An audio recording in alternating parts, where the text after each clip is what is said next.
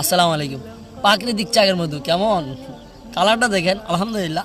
এটা প্রপারলি হচ্ছে পাওয়া যায় না, শব্দ করতেছে। যাক আলহামদুলিল্লাহ, এইভাবে কেভিং করা থাকবে। হ্যাঁ, এইভাবে থাকবে, আপনারা নেবেন। আলহামদুলিল্লাহ, আমি এখানে হচ্ছে আনছি একটা কাজে। এই দেখেন, আলহামদুলিল্লাহ।